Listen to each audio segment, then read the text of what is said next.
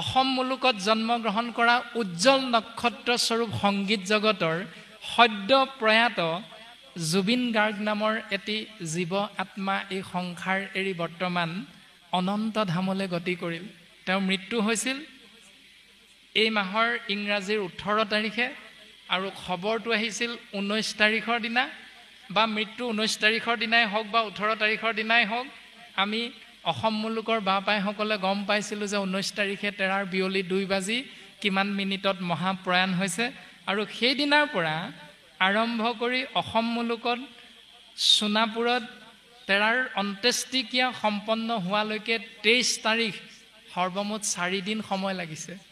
আৰু আমি প্ৰত্যেকেই পালন কৰোঁ কিন্তু মৃত্যুৰ পৰা 3 দিনত তিলনী কৰ্ম, অথচ সেই উজ্জ্বল নক্ষত্ৰৰ তিলনী কৰ্ম কিন্তু 3 দিনত নহ'ল।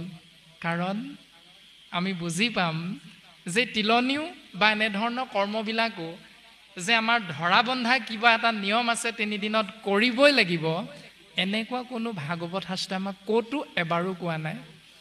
এইবিলাক ধৰণৰ বা এনেকুৱা ধৰণৰ নীতি নিয়মক আমি যদি খামোচ মাৰি ধৰি আমাৰতো হ'বই লাগিব, তেওঁলোকৰটোহে ভুল, এইবিলাকক কাপজুচ কৰি আমি সমাজ বিশৃংখলিত কৰি লাভ নাই।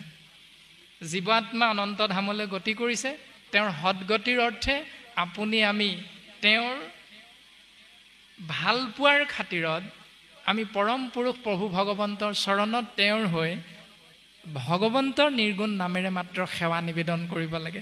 তাৰ বাবে সুবিধা সমাজে নিজে নিজে নিৰ্বাচন